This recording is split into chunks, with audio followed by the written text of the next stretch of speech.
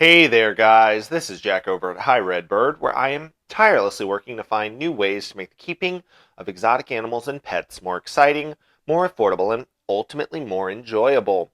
And in today's video, things are going to be a little bit different because I'm actually going to take you on a quick tour of the Houston Zoo, and more specifically, the Houston Zoo's brand new Pantanal exhibit. It is a zoogeographic South American exhibit. I love whenever zoos are able to put together new exhibits like this because it gives you the opportunity to see the interaction of different types of animals, to think about how they would work in the wild, and to see that interaction between us and different types of animals. Now, of course, these Asian elephants that you're seeing are not part of the South American Pantanal, but they are one of the first exhibits you encounter when you walk into the zoo. And honestly, who doesn't love watching young elephants playing with just about anything? I mean, I could watch these guys for hours on end. I know many other people feel the exact same way, so I wanted to get started with them. But obviously, the Pantanal is going to be the focus of this video. So this is a zoogeographic exhibit. That means it's going to be focused on one particular area, in this case the Pantanal, a wetland area of South America. It's interesting to see exhibits like this because you get to focus on those relationships with each other. And this exhibit definitely strives to emphasize those relationships with each other. So one of the first things you walk into, you see that primate exhibit, you see signage talking about seed dispersal and germination caused by those primates. But there are just so many different aspects of these exhibits as you're walking through. It's not like there's one animal and then another animal and then another animal. Like, they are seamlessly integrated. So here we have an anaconda enclosure. We had the primate enclosure. We had the giant river otters. So it's not like being at a zoo and seeing individual exhibits. It does feel a little bit closer to encountering these animals in the wild. And to see how seamlessly they are integrated, here we have an aquarium of South American fish. Now there is a back panel that is clear, and that goes in to the giant river otter exhibit. So you can be looking at these giant fish from South America, see the giant river otters swimming in the background. Now, of course, since giant river otters would be inclined to eat those fish, you don't want to have those animals together. But here you can view them together, much as you would in the wild, without the possibility of them trying to eat each other.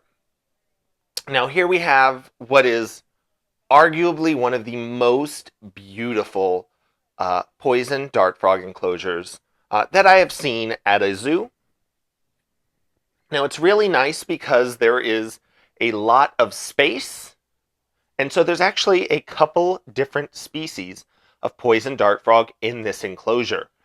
Many people don't think about it because they are tiny, but poison dart frogs can be fairly aggressive towards each other. So having an enclosure like this where there are multiple levels, multiple ways to break up the visual space, is how you're going to be able to house multiple species together in one enclosure. And I was able to count at least 3 different species of poison dart frog in this enclosure. And again, whenever I am having to construct my own animal enclosures, I do like to take a look at the work put together by zoos to give me some ideas on how to do some different things. So here we have yet another viewing site of that giant river otter enclosure. It is an absolutely massive enclosure, and you can see it includes quite a few different things. There are several different swimming areas. There is a river and a small waterfall, so you might be able to see the otters swimming down that waterfall, but you can also see them running around playing on land as well. As you can see, that giant river otter in the background rolling around in the dirt. So it gives you the opportunity to see these animals exhibiting quite a few different natural behaviors, which I thought was really fun. Now I did want to show you guys walking around. You can see that most of the guest experience options, so viewing areas and things like that, are also going to be themed out as well. Now, this exhibit, the Pantanal, does a really good job of incorporating all manner of animals. So there's mammals, there's birds. You saw those poison dart frogs. There was the anaconda. So many different animals worked together seamlessly. So here we have some blue-billed curassows and some blue-throated macaws that were hiding in the back.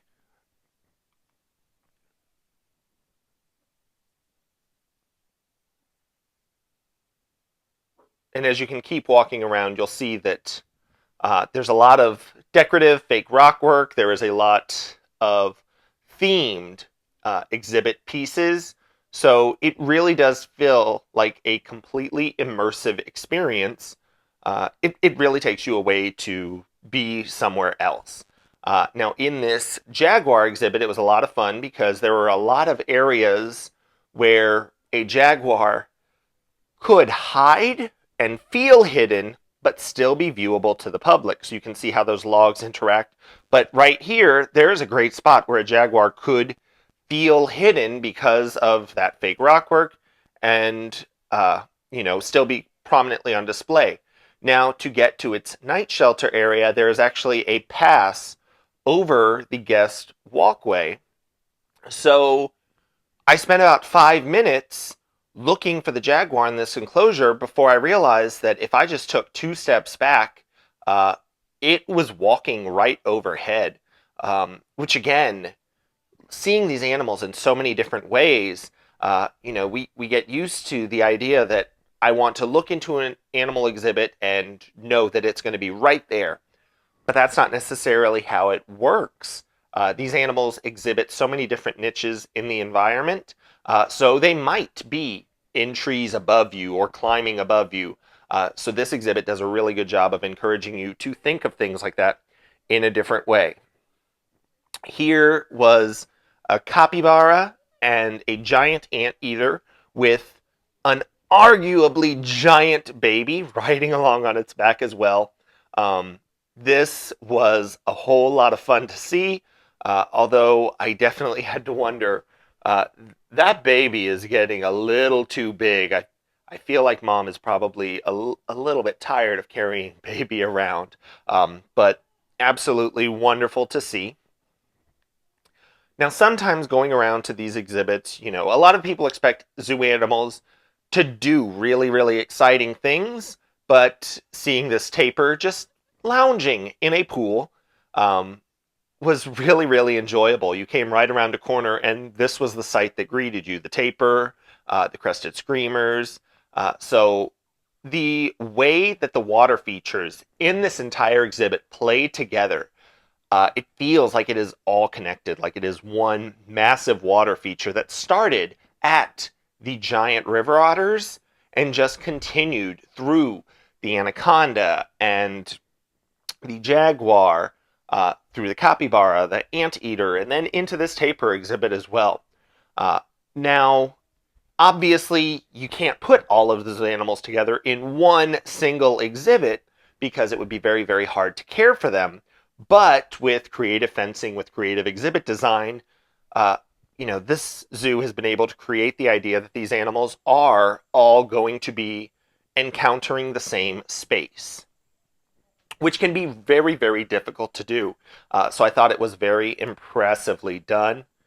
Here we have a little bit more of that South American grassland enclosure.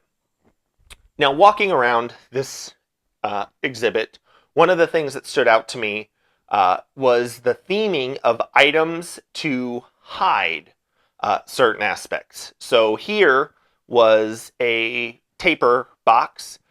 There was signage talking about how these are used in the wild for conservation. But this particular box looked like it was being used to hide an air conditioner for a building. So that I thought was really well done. This aviary, walking up to it, this is arguably the finest, neatest, coolest mesh I have ever seen on an aviary. It looks like it is not there. Um, I don't know what this product is, but I can guarantee you I want it, because this was absolutely incredible. So there was this aviary you could look into, but there was also an aviary that you could walk around as well. Now, this aviary did have a lot of really fun birds. You can see the oropendulas with their nests hanging.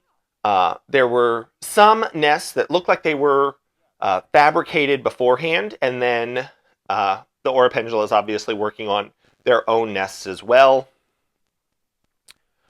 There was a lot of great information about the wide variety of bird species that are going to be in here, because it's also going to include things like those white-faced whistling ducks.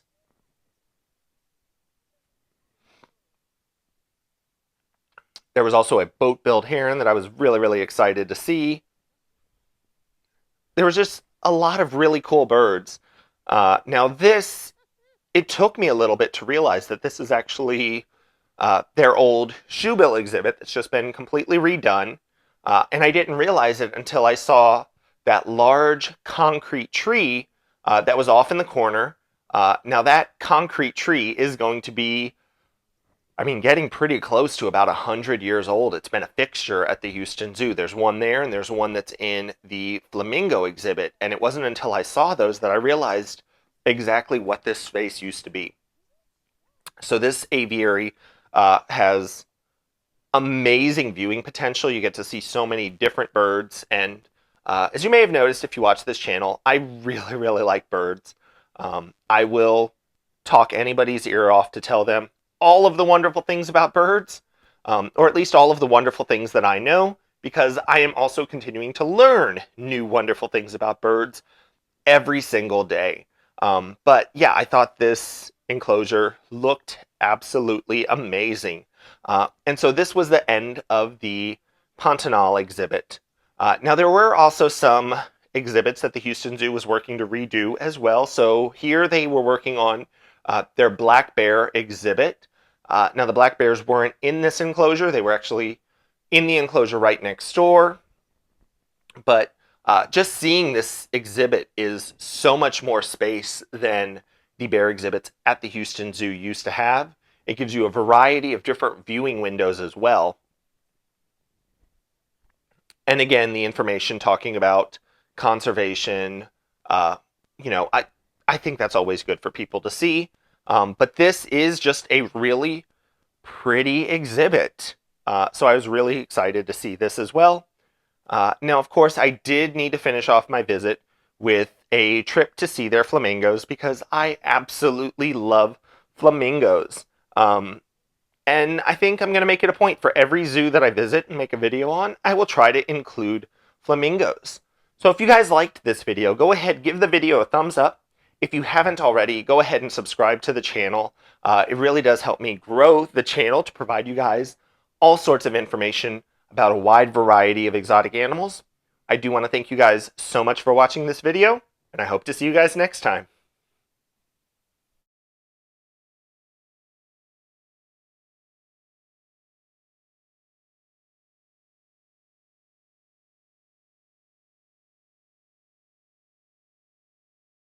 I do need to say thank you to my Patreon patrons for helping to make these videos possible.